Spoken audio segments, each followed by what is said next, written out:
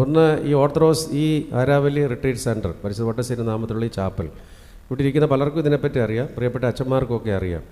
ഇത് ഒരു പൗലോസ് മാർ ഗ്രിഗോറിയോസ് തിരുമേനി, നമ്മുടെ ആദ്യത്തെ മെത്രാപ്പോലിത്ത, അദ്ദേഹം പണിയിപ്പിച്ച ഓർത്തഡോക്സ് സെൻറ്റർ, ഇപ്പോഴത്തെ അല്ല മുമ്പിലത്തെ ഓർത്തഡോക്സ് സെൻറ്റർ. അവിടെ താമസിച്ച് കഴിഞ്ഞ് ഒരു കാലഘട്ടമായപ്പോൾ അദ്ദേഹം തീരുമാനിച്ചു എവിടെയെങ്കിലും, അത് ഒരു വിജ്ഞാനത്തിൻ്റെ ഒരു വലിയ ഭണ്ഡാകാരമാണ്. അദ്ദേഹം കാലം ചെയ്തപ്പോൾ സുകുമാർ അഴീക്കോട് എന്ന് പറയുന്ന കേരളത്തിലെ വലിയ സാഹിത്യകാരൻ മലയാള മനോരമ പത്രത്തിൻ്റെ ആദ്യത്തെ പേജിലെഴുതി, എൻ്റെ ഫ്രണ്ട് പേജിലെഴുതി, അറിവിൻ്റെ മഹാമേരു മറിഞ്ഞുപോയെന്ന്. അറിവിൻ്റെ മഹാമേരു മറിഞ്ഞു വീണു എന്ന് പറഞ്ഞാൽ അറിവിൻ്റെ ഒരു വലിയ പർവ്വതം മറിഞ്ഞു വീണെന്നാണ് അദ്ദേഹം കാലം ചെയ്തപ്പോൾ സുകുമാർ അഴീക്കോട് എന്നൊരു അദ്ദേഹം വലിയ സാഹിത്യകാരൻ, അദ്ദേഹം എഴുതിയത്. അപ്പം അദ്ദേഹം തീരുമാനിച്ചു, അദ്ദേഹത്തിൻ്റെ വിജ്ഞാനം വേദശാസ്ത്രമാണ്, മനഃശാസ്ത്രമാണെങ്കിലും ചരിത്രമാണെങ്കിലും ഈ ലോകത്തുള്ള ഏതും തൻ്റെ വിരൽത്തുമ്പിൽ സ്വായത്തമായിരുന്നൊരു വലിയ മനുഷ്യൻ പൗലോസ് മാർ ഗ്രിഗോറിയോസ് തിരുമേനി. നമ്മൾ അദ്ദേഹത്തിൻ്റെ വലിപ്പത്തിൻ്റെയൊക്കെ അല്പം പോലുമൊക്കെ കണ്ടിട്ടുള്ളൂ ഇതിലിരിക്കുന്ന പഴയ തലമുറയൊക്കെ. അപ്പോൾ അദ്ദേഹം തീരുമാനിച്ചു ആ ഓർത്തഡോക്സ് സെൻറ്ററിൽ നിന്ന് മാറി എവിടെയെങ്കിലും ഒരു പർണശാല ഉണ്ടാക്കി ശാന്തമായിട്ട് താമസിച്ച് ആൾക്കാരെയൊക്കെ പഠിപ്പിക്കണം. അപ്പോൾ അദ്ദേഹം ഇവിടെ വന്ന് ഈ സ്ഥലം കണ്ടുപിടിച്ചു. സജിച്ചൻ പറഞ്ഞതുപോലെ ഈ 32,000 ഏക്കർ സ്ഥലമുള്ള ഈ ആരാവല്ലി ഹിൽസിൻ്റെ ഈ ഫാം ഹൗസ് ഏരിയയിലെ ഏറ്റവും ഉയർന്ന സ്ഥലം, ഈ സ്ഥലത്തിന് പേരിട്ടിരിക്കുന്ന ഗോൾഡൻ ഹൈറ്റ്സ് എന്നാണ്. സ്വർണ്ണക്കുന്നെന്ന് വേണമെങ്കിൽ പറയാം, അവരുടെ രേഖകളിൽ അങ്ങനെ കിടക്കുന്ന ഗോൾഡൻ ഹൈറ്റ്സ്. ആ ഗോൾഡൻ ഹൈറ്റ്സിൽ വന്ന് 2 ഏക്കർ സ്ഥലം അദ്ദേഹം വാങ്ങിച്ചു കഴിഞ്ഞ് അദ്ദേഹത്തിന് താമസിക്കാനൊരു കെട്ടിടം വേണം, അതുപോലെ തന്നെ പഠിപ്പിക്കുവാനൊരു സ്ഥലം വേണം. അതിൻ്റെ ഊഹം പറയുന്നതാണ്. തീരുമാനിച്ചു, ഒരാളെ അദ്ദേഹം ചുമതലപ്പെടുത്തി. അദ്ദേഹം വിദേശയാത്രയൊക്കെ കഴിഞ്ഞ് ഇവിടെ വന്ന് നോക്കുമ്പോൾ പണി നടക്കുന്നില്ല, ഒന്നും പുരോഗമിക്കുന്നില്ല. അദ്ദേഹം വലിയ ആശങ്ക പ്രകടിപ്പിച്ചു. പക്ഷേ കാര്യങ്ങൾ മാത്രം മുന്നോട്ട് പോയില്ല. അദ്ദേഹം സുഖമില്ലാതായി ഈ ലോകത്തിന് കടന്നു പോകുന്നതിന് മുമ്പും ഏതാനും മാസങ്ങൾക്ക് മുമ്പ് നമ്മുടെ സഭാംഗമായിരിക്കുന്ന ഒരു കോൺട്രാക്ടറെ വിളിച്ചിട്ട് പറഞ്ഞു ഇതന്ന് പണി തീർത്ത് തരണം. പക്ഷേ അദ്ദേഹത്തിനും അത് സാധിച്ചില്ല. തിരുമേനിക്ക് ഇവിടെ വന്ന് താമസിക്കാൻ, ഇതിന് പണി തീർക്കാനും ഒന്നും സാധിച്ചില്ല. കാര്യമായിട്ടൊന്നും തന്നെ ഇവിടെ നിർമ്മിക്കാനും സാധിച്ചിട്ടില്ലായിരുന്നു. ഇത് കഴിഞ്ഞ് ഈ 2 ഏക്കർ സ്ഥലം കിട്ടിയാൽ പല കാര്യം ചെയ്യാമെന്ന് പലരും ആഗ്രഹിച്ച് ഭദ്രാസന ഓഫീസിൽ സമീപിക്കുകയുണ്ടായി, പാട്ടത്തിനെടുക്കാനും മറ്റു കാര്യങ്ങൾക്ക്. അന്നേരമാണ് അഭിനയ ബിലക്സിനസിനോട് പറഞ്ഞ് എനിക്കൊന്ന് കാണണം. അതായത് വന്ന് കണ്ടിട്ട് ആദ്യം പറഞ്ഞ കാര്യം, എൻ്റെ മുൻഗാമിയുടെ സ്ഥലമാണ്, അത് ഞാൻ ആർക്കും വിട്ടുകൊടുക്കത്തില്ല. അത് കഴിഞ്ഞ് അദ്ദേഹം വിദേശത്തുള്ള നമ്മുടെ ഇടവക അബുദാബി ഇടവകയിലും ഡൽഹിയിലുള്ള പള്ളികളിലും സമീപിച്ച് പണപ്പിരിവ് നടത്തി. ഉദ്ദേശിച്ച തുക പിരിച്ചെടുത്ത് കൊണ്ടുവന്ന് ഈ കെട്ടിടം പണി നടത്തി. ആദ്യം ആ ഒരു രൂപരേഖയുണ്ടായിരുന്നു, ഒരു രൂപ മാത്രം ഉണ്ടായിരുന്ന കെട്ടിടം അതേ ഭാവത്തിൽ പൗലോസ് മാർ ഗ്രിഗോറിയോസിൻ്റെ മനസ്സിലുള്ള ചിന്തയാണെന്ന് കരുതി അദ്ദേഹം ആ കെട്ടിടം 2 നിലയിൽ ഒരു താമസിക്കാനുള്ള സ്ഥലം പണിതു. ഈ സ്ഥലമെന്ന് പറയുന്നത് അഷ്ടകോണാകൃതിയിൽ നിങ്ങളിവിടെ നോക്കി 8 കോണുള്ള ഒരു തറയാണ് ഇവിടെ കെട്ടിയിട്ടിരുന്നത്. എന്തിനാണെന്ന് ആർക്കും അറിയാൻ പാടില്ല. അപ്പം ഞാനൊരിക്കൽ തമാശയായിട്ട് പറഞ്ഞു, എന്നെ ഒന്ന് വിടാമെങ്കിൽ ഞാൻ പോയി ചോദിച്ചിട്ട് വരാമെന്ന് പറഞ്ഞു. മോളിൽ പോയി ഇതെന്തിനാണ് പണിതെന്നുള്ളവരും. അപ്പോൾ എടുത്തൊരു തീരുമാനം, ഇത് നമുക്കൊരു ചാപ്പലാക്കാം. അങ്ങനെ ആ തറയുടെ ഷേപ്പിൽ തന്നെ ആ തറയുടെ മുകളിലാണ് ഈ ചാപ്പൽ പണിത്. എക്സ്ട്രാ ഉണ്ടായത് മധുബ മാത്രം അന്നില്ല, മധുബായും പണിതു.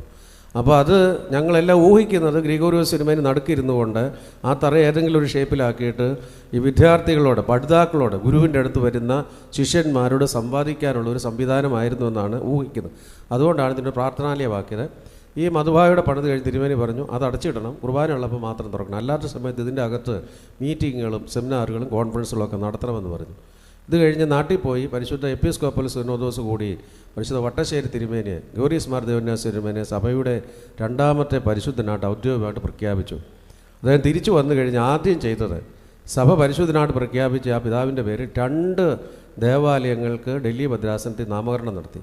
അതിലൊന്ന് ഈ ചാപ്പലാണ്. അങ്ങനെയാണ് ഇതിനെ പട്ടശ്ശേരി തിരുമേനിയുടെ പേരിൽ പരിശുദ്ധ ഗീവറീസ് ദേവന്യാസ നാമത്തിലുള്ള ചാപ്പൽ ആയിട്ട് രൂപപ്പെട്ടത്. 2ാമത്തേത് ബഹുമാനപ്പെട്ട സജിയച്ചൻ പണിത അലയൻ കോൺഗ്രിഗേഷനായിരുന്നു. അതിനും പട്ടശ്ശേരി തിരുമേനിയുടെ പേരിട്ടു.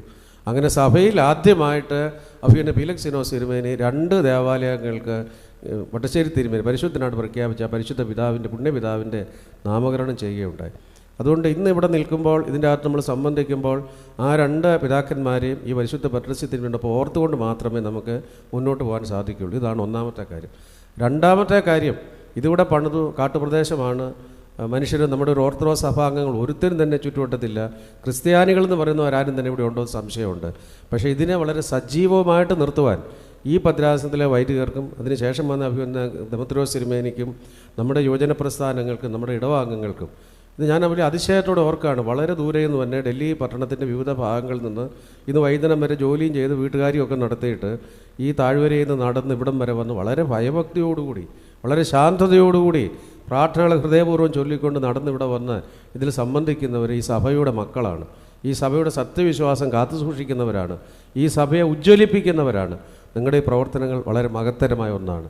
ദൈവം നിങ്ങളെ അനുഗ്രഹിക്കട്ടെ, നിങ്ങളുടെ കുടുംബാംഗങ്ങളെ അനുഗ്രഹിക്കട്ടെ എന്ന് പ്രത്യേകമായിട്ട് ഈ അവസരത്തിൽ പ്രാർത്ഥിക്കുകയാണ്. അതുപോലെ തന്നെ ഈ ദിവസങ്ങളിലും ഈ കഴിഞ്ഞ വർഷങ്ങളിലുമൊക്കെ ഇതിനെ മുന്നോട്ട് നയിച്ചുകൊണ്ടിരിക്കുന്ന എല്ലാ നേതൃത്വങ്ങളോടും വൈദികരോടും അൽമായരോടുമായിരിക്കുന്ന എല്ലാ നേതൃത്വങ്ങളോടുള്ള സ്നേഹാദരവുകൾ ഈ അവസരത്തിൽ അറിയിക്കുകയാണ്. ഇതാണ് എനിക്ക് ആദ്യമായിട്ട് ചുരുക്കമായിട്ട് നിങ്ങളുടെ സ്നേഹത്തോട് ഓർമ്മിപ്പിക്കാനുള്ളത്. രണ്ടാമതായിട്ട് ഞാനൊരു ശ്രമം നടത്തുന്നത് പരിശുദ്ധ വട്ടശ്ശേരി തിരുമേനിയുടെ ജീവിതത്തിൽ നിങ്ങൾക്കറിയാവുന്ന കാര്യങ്ങൾ ഈ സന്ധ്യയിൽ പ്രത്യേകമായിട്ടൊന്ന് ഓർമ്മിപ്പിക്കുകയാണ്. ഞാൻ മുമ്പ് സൂചിപ്പിച്ച പോലെ ഇവിടെ ഇരിക്കുന്ന എൻ്റെ പ്രിയപ്പെട്ട വൈദിക സഹോദരങ്ങൾക്കറിയാവുന്നതിൽ കൂടുതലായിട്ടൊന്നും തന്നെ എനിക്കറിയാൻ പാടില്ല. വട്ടശ്ശേരി തിരുമേനിയെ നമുക്കാർക്കും അത്ര എളുപ്പമൊന്നും മനസ്സിലാക്കാവുന്ന ഒരാളല്ല. നമ്മളിങ്ങനെ പറയും പരിശുദ്ധ ഗ്യൂറിയസ് ദിവ്യാസ് തിരുമേനി നമ്മൾ പറയും, മധ്യസ്ഥ അപേക്ഷിക്കും. പക്ഷേ ആ വ്യക്തിത്വത്തെ മനസ്സിലാക്കണമെങ്കിൽ വളരെ പ്രയാസമാണ്. അത്രയ്ക്ക് അഗാധമായിരിക്കുന്ന അദ്ദേഹത്തിൻ്റെ അന്തരാത്മാവ് ലോകത്തിൽ ഒരു മനുഷ്യർക്കും കാണിച്ചു കൊടുക്കാതെ വളരെ ദിവ്യമായിട്ട് ശ്രേഷ്ഠമായിട്ട് ജീവിച്ചിരുന്ന ഒരു മനുഷ്യൻ, നൂറ്റാണ്ടുകൾക്ക് മുമ്പ് ജീവിച്ച മനുഷ്യനാണ്. ഇന്ന് പോലെയുള്ള യാത്രാ സൗകര്യങ്ങളോ വാർത്താവിനിമയങ്ങളോ ഇന്നത്തെ നമ്മുടെ സാമൂഹിക സാമ്പത്തിക സംവിധാനങ്ങളോ ഒന്നുമില്ലാത്തൊരു കാലഘട്ടത്തിൽ നാട്ടിൻ പുറത്ത് ജനിച്ചു വളർന്ന് നാട്ടിൻ പുറത്ത് ജീവിച്ച ഒരു പരിശുദ്ധ പിതാവ്.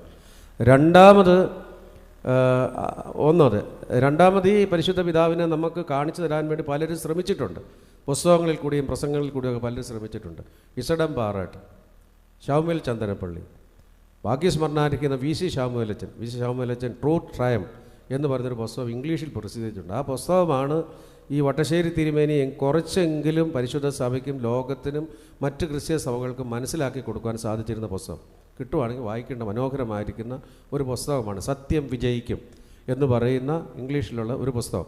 ഇങ്ങനെയുള്ള കുറേ എഴുത്തുകളാണ് അദ്ദേഹത്തെ മനസ്സിലാക്കാൻ സാധിച്ചത്. പിന്നെ അദ്ദേഹത്തിൻ്റെ കൂടെ ജീവിച്ച ചില വൈദിക ശ്രേഷ്ഠരെ ശമാശന്മാരൊക്കെ അന്നത്തെ കാലത്തുള്ളവരുണ്ട്. അവരുമൊക്കെ അവരുടെ ഡയറി കുപ്പുകളിലും അവരുടെ എഴുത്തുകളിലുമൊക്കെ ആ വലിയ വ്യക്തിത്വത്തിൻ്റെ വെളിച്ചം അല്പമെങ്കിലും ലോകത്തിലേക്ക് കൊണ്ടുവരാൻ വേണ്ടി അവർ ശ്രമിച്ചിട്ടുണ്ട്.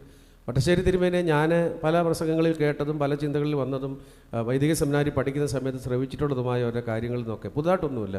എൻ്റെ മനസ്സിൽ പോകുന്നത് ചില സാഹചര്യങ്ങളിൽ, ചില സന്നിഗ്ധ ഘട്ടങ്ങളിൽ, ചില കാലഘട്ടങ്ങളിൽ സമൂഹങ്ങൾക്ക് നേതൃത്വം കൊടുക്കുവാൻ, അത് രാഷ്ട്രത്തിലാണെങ്കിലും സഭയിലാണെങ്കിലും സമുദായങ്ങളിലാണെങ്കിലും ചില മനുഷ്യരെ ദൈവം എഴുന്നേൽപ്പിക്കും എന്നതുപോലെയാണ് ഛിന്ന ഭിന്നമായി കിടക്കുന്ന ഒരു സമൂഹത്തെ ഒരു നുഖത്തിൻ്റെ കീഴിൽ കൊണ്ടുവന്ന്, ഒരു കൊടിക്കീഴിൽ കൊണ്ടുവന്ന് ഒരു വലിയ ജൈത്രയാത്ര നടത്തി സ്വർഗ്ഗ കനാനിലേക്ക്, നിത്യജീവിതത്തിൻ്റെ അനുഭവത്തിലേക്ക് വഴി നടത്താൻ ദൈവം തിരഞ്ഞെടുത്ത ഒരു പരിശുദ്ധ പിതാവാണ് വട്ടശ്ശേരി തിരുമേനി. നമ്മൾ പഴയ നിയമത്തിൽ നോക്കുവാണെങ്കിൽ മോശയുണ്ട്, യോശുവ ഉണ്ട്. രണ്ടു പേർക്കും പ്രത്യേകമായിരിക്കുന്ന പാണ്ഡിത്യവുമില്ല, അറിവുമില്ല, ഒന്നുമില്ല. അവർ ജീവിച്ച് വളർന്ന സാഹചര്യങ്ങളിൽ നിന്ന് ആർജിച്ചെടുത്ത പാണ്ഡിത്യവും അറിവും കഴിവും ഒക്കെയാണ് അവർക്കുള്ളത്. പക്ഷേ എന്ത് കാര്യം ചെയ്താലും ദൈവത്തിൻ്റെ അടുത്ത് പോയി ആലോചന ചോദിക്കും, ദൈവത്തോട് സംസാരിക്കും, ദൈവം അവരോട് സംസാരിക്കും. ആ ദൈവം പറയുന്നത് അതുപോലെ തന്നെ വന്ന് ജനത്തോട് പറയും.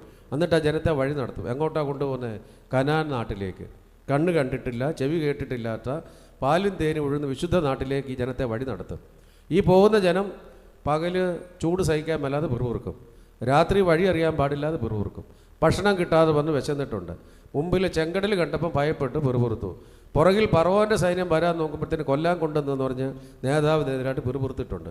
പക്ഷേ ദൈവം തമ്പുരാൻ ഉദ്ദേശിച്ച പാതയിൽ കൂടി ദൈവഹിതമനുസരിച്ച് ഈ പിറുപിറുപ്പുകളും ഈ പ്രതിസന്ധികളെ എല്ലാം തരണം ചെയ്ത് ഈ മോശയും യോശുവയും ഇസ്രായേൽ ജനതയെ കനാൻ നാട്ടിൽ കൊണ്ടുപോയി. മോശയ്ക്ക് പ്രവേശിക്കാൻ ഒത്തില്ല, പക്ഷേ കനാൻ നാട്ടിൽ കൊണ്ടുപോയി. ആ ഒരു താരതമ്യമാണ് എൻ്റെ മനസ്സിൽ വരുന്നത്. നമ്മുടെ സഭയ്ക്ക് നൂറ്റാണ്ടുകളായിട്ട് കാലാകാലങ്ങളിൽ ദൈവം തമ്പുരാൻ, സർവശക്തനായ ദൈവം, മലങ്കര ഓർത്തഡോക്സ് സഭ എന്ന് പറയുന്നത് ഒരു സത്യസഭയാണ്. അനേകം സഭാവിഭാഗങ്ങൾ അവിടെ ഇവിടെ എല്ലാം മുളച്ചു വരുമ്പോഴും ഇതൊരു സത്യസഭയാണ്. ഈ സഭയുടെ അസ്തിത്വത്തിൻ്റെ, ഇതിൻ്റെ വളർച്ചയുടെ അടിസ്ഥാനം എന്ന് പറയുന്ന പരിശുദ്ധ റൂഹായാണ്, ദൈവത്തിൻ്റെ ആത്മാവാണ്. അതിനെ സ്വാംശീകരിച്ച് ജീവിക്കുന്ന പിതാക്കന്മാർ സത്യത്തിൻ്റെ പാതയിൽ കൂടി നടത്തുന്ന ഒരു സഭയാണ്.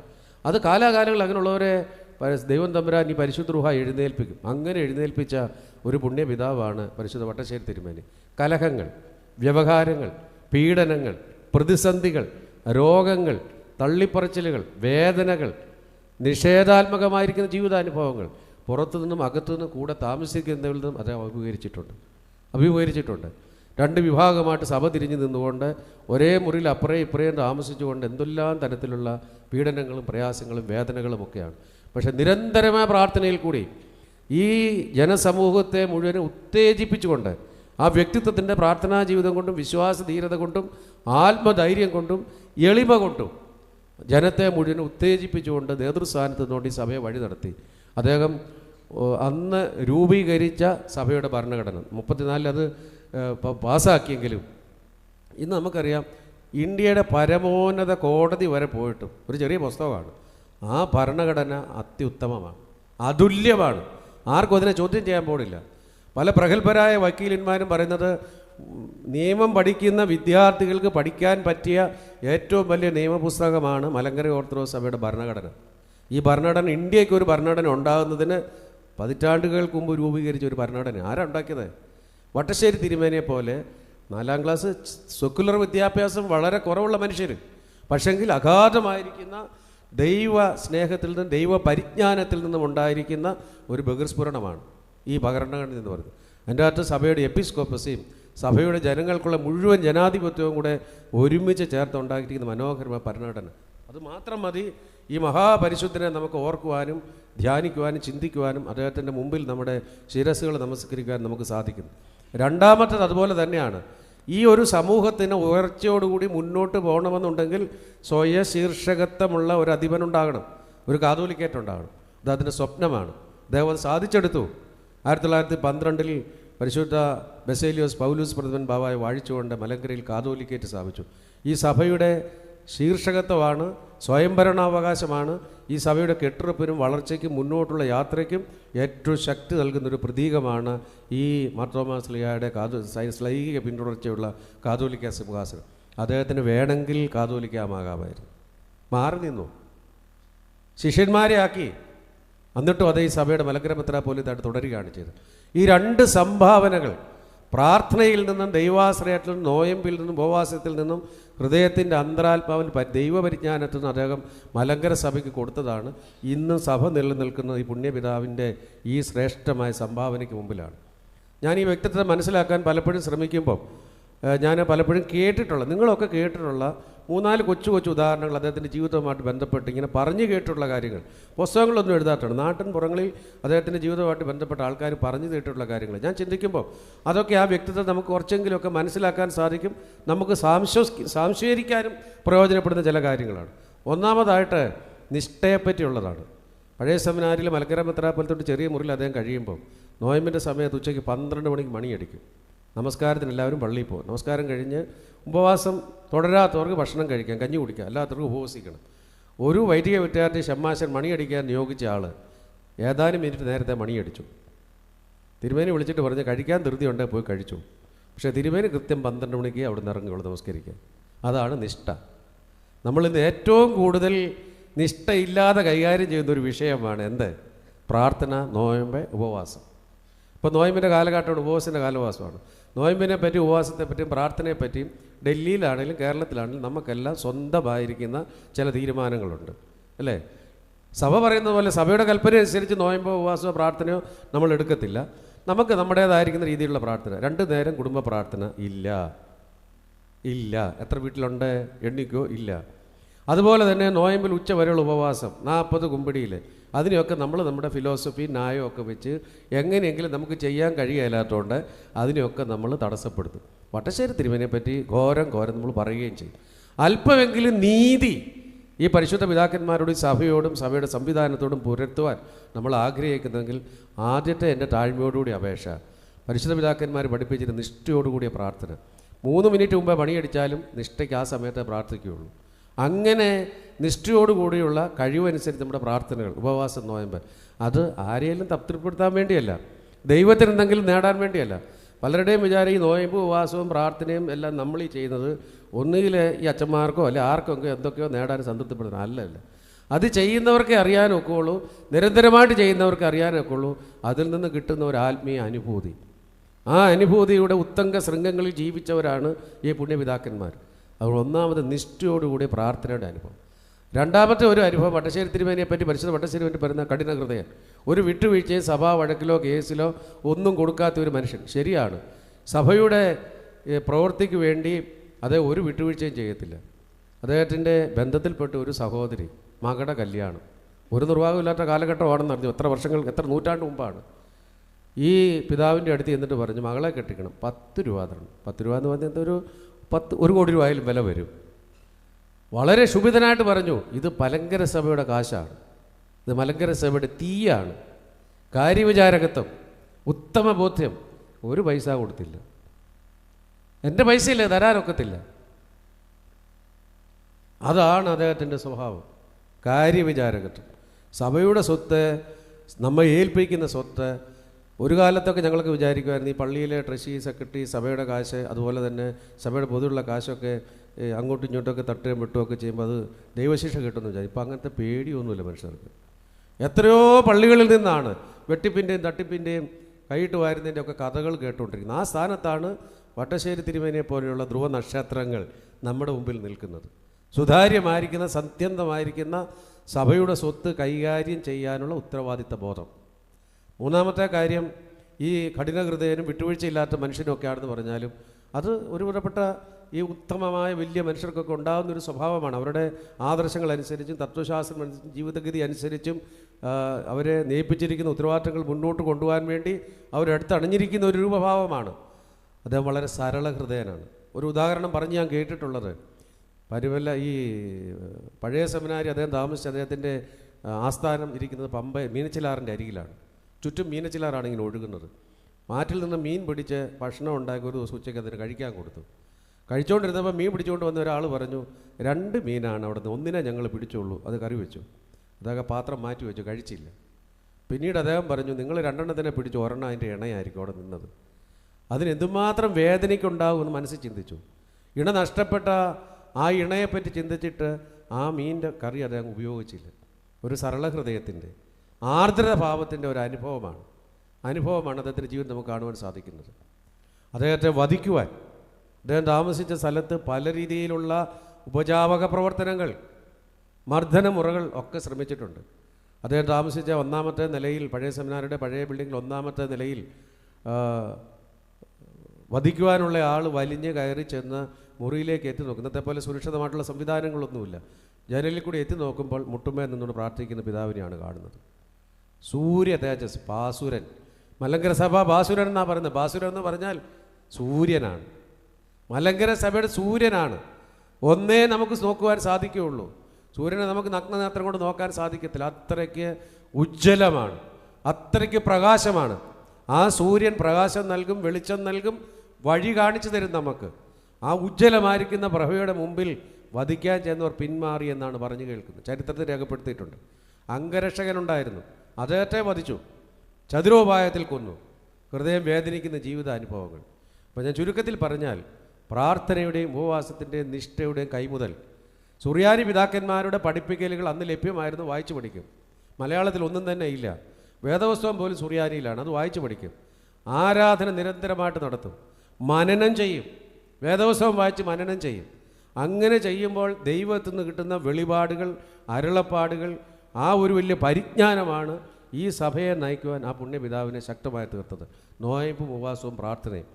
കഠിനഹൃദയൻ എന്ന് പറയുന്ന ആൾ സഭയിൽ സമാധാനം ഉണ്ടാകട്ടെ എന്ന് പറഞ്ഞ് മുടക്ക് കൽപ്പനകൾ കൃത്യമായിട്ട് അയച്ചു കൊടുത്തിരുന്ന പാത്രിക്കീസിനെ കാണുവാൻ വേണ്ടി മർദീൻ വരെ, ഒരു യാത്രാ സൗകര്യമില്ലാത്തടത്ത്, ഒരു കമ്മ്യൂണിക്കേഷൻ സംവിധാനങ്ങളും ഇല്ലാത്ത സമയത്ത് വിനയപൂർവ്വം യാത്ര ചെയ്ത് എന്ത് വിട്ടുവീഴ്ചയ്ക്കും താറി സഭയെ രക്ഷിക്കണമെന്ന് സഭയ്ക്ക് വേണ്ടി അപേക്ഷിച്ച് പ്രാർത്ഥിക്കാൻ പോയ പിതാവ്. പക്ഷേ സത്യത്തിന് ഒരിക്കലും കോംപ്രമൈസ് ഇല്ലായിരുന്നു. യോഹന്നാൻ ശ്ലീഹായുടെ സുവിശേഷത്തിൻ്റെ 2 വാക്യങ്ങൾ, സത്യം നിങ്ങളെ സ്വതന്ത്രരാക്കും. ആടുകളില്ലാത്ത ഇടയനില്ലാത്ത ആടുകളെ പോലെ നിങ്ങൾ അനാഥരായി പോകാൻ നിങ്ങളെ കൈവിടുകയില്ല. ഇത് രണ്ടും കർത്താവ് പറഞ്ഞ വാക്യങ്ങളാണ്. ഈ കർത്താവ് പറഞ്ഞ 2 വാക്യങ്ങളാണ് ഈ പരിശുദ്ധ പിതാവിൻ്റെ ജീവിതം നമുക്ക് കാണാൻ സാധിച്ചത്. സത്യം സ്വതന്ത്രം നൽകും. ഇന്നും മലങ്കര സഭ നിൽക്കുന്നത് ഒരിക്കലും അസത്യം പറയാത്തത് കൊണ്ട്, ഒരിക്കലും അസത്യത്തിന് കൂട്ടു നിൽക്കാത്തത് കൊണ്ട്, നഷ്ടപ്പെട്ടാലും എല്ലാം പോയാലും ഇതിൻ്റെ അസ്തിത്വം നഷ്ടപ്പെടാതെ ഇതിനെ മുന്നോട്ട് കൊണ്ടുപോകുന്നത് ഈ സത്യം സ്വാതന്ത്ര്യം നൽകുമെന്ന് പറയുന്ന ദൈവവചനമാണ്. അതാണ് ഈ പിതാക്കന്മാർ അനുസരിച്ച് അംഗീകരിച്ച് പോകുന്നത്. അതുപോലെ തന്നെയാണ് ആടുകൾ. ഇടയനായിട്ട് ആടുകളെ പരിപാലിക്കും, തലയ്ക്ക് നിൽക്കും. എന്ത് പ്രതിസന്ധി ഉണ്ടായാലും ഒരാട് പോലും നശിച്ചു പോകാൻ സന്നദ്ധത കാണിക്കാതെ അതിനെ ചേർത്ത് നിർത്തുന്ന, മാറോടണച്ചു കൊണ്ടുപോകുന്ന ഇടയൻ്റെ അനുഭവം അത് പിൻപറ്റിയ ആളാണ് പരിശുദ്ധ വട്ടശ്ശേരി തിരുമേനി. അപ്പോൾ അദ്ദേഹത്തിൻ്റെ ആ ഒരു ആധ്യാത്മിക ജീവിതത്തിനെ ഒന്ന് എത്തി നോക്കാനും ഒക്കെ ഉള്ളൂ. അകത്ത് ദിവ്യതയുടെ കനലെരിഞ്ഞ ഒരാളാണ്, പുറത്തൊരിക്കലും കാണിക്കത്തില്ല. അകത്ത് ഈ പ്രാർത്ഥന കൊണ്ട് വലിയ വലിയ ദിവ്യ അനുഭവമുള്ള ഒരാളാണ്, പുറത്ത് കാണിക്കാനൊക്കത്തില്ല, പുറത്ത് സാധാരണക്കാർ. അങ്ങനെ ജീവിച്ച പുണ്യാത്മാവ് അദ്ദേഹത്തിൻ്റെ മധ്യസ്ഥൽ അഭയപ്പെട്ടാൽ എളിമയോടുകൂടി, നിർമ്മലതയോടുകൂടി, വിശുദ്ധിയോടുകൂടി, താഴ്മയോടുകൂടി ആ പിതാവിൻ്റെ മധ്യസ്ഥൽ അഭയം പ്രാപിച്ചാൽ നമുക്ക്, നമ്മുടെ കുടുംബത്തിന്, നമ്മുടെ നാടിന്, നമ്മുടെ സഭയ്ക്ക്, നമ്മുടെ തലമുറയ്ക്ക്, അനന്തര തലമുറയ്ക്ക് മഹത്വമായി തീരും, അനുഗ്രഹമായി തീരും, യാതൊരു സംശയമില്ല. നമ്മൾ ഇന്ന് പ്രാർത്ഥിച്ചാൽ ഇപ്പോൾ പെട്ടെന്ന് നമുക്ക് മറുപടി കിട്ടത്തില്ല. പക്ഷെ നമുക്കറിയാൻ സാധിക്കും ഏതെങ്കിലുമൊക്കെ സന്നിധി ഘട്ടത്തിൽ ഈ പുണ്യപിതാക്കന്മാരോട് നമ്മൾ പ്രാർത്ഥിക്കും. ഇന്ന് നിങ്ങൾ ആരാവില്യ കുന്നിൽ വന്ന് പ്രാർത്ഥിച്ചു, കൂട്ടത്തിൽ വന്നു പ്രാർത്ഥിച്ചു, അങ്ങനെയല്ല. നിങ്ങൾ ചൊല്ലി ഓരോ പ്രാർത്ഥനയ്ക്കും, ഓരോ വാക്കിനും നിങ്ങളുടെ ഹൃദയത്തിൻ്റെ ഉള്ളിൽ ദൈവമേ നിങ്ങൾ വിളിച്ചിട്ടുണ്ടെങ്കിൽ, പരിശുദ്ധ തിരുമേനി അനുഗ്രഹിക്കണമെന്ന് പ്രാർത്ഥിച്ചിട്ടുണ്ടെങ്കിൽ, എവിടെയെങ്കിലും ഏതെങ്കിലും സാഹചര്യത്തിൽ നിങ്ങൾക്കോ നിങ്ങളുടെ തലമുറയ്ക്കോ അത് കവചമാണ്, കാവലാണ്, അനുഗ്രഹമാണ്. ദൈവത്തിൻ്റെ പരിശുദ്ധ രൂപ ഈ പരിശുദ്ധൻ്റെ മധ്യസ്ഥ നാം അനുഗ്രഹിക്കട്ടെ എന്ന് പ്രാർത്ഥിച്ചുകൊണ്ട് ഞാൻ വാക്കുകളെ ഉപസ്മരിക്കും.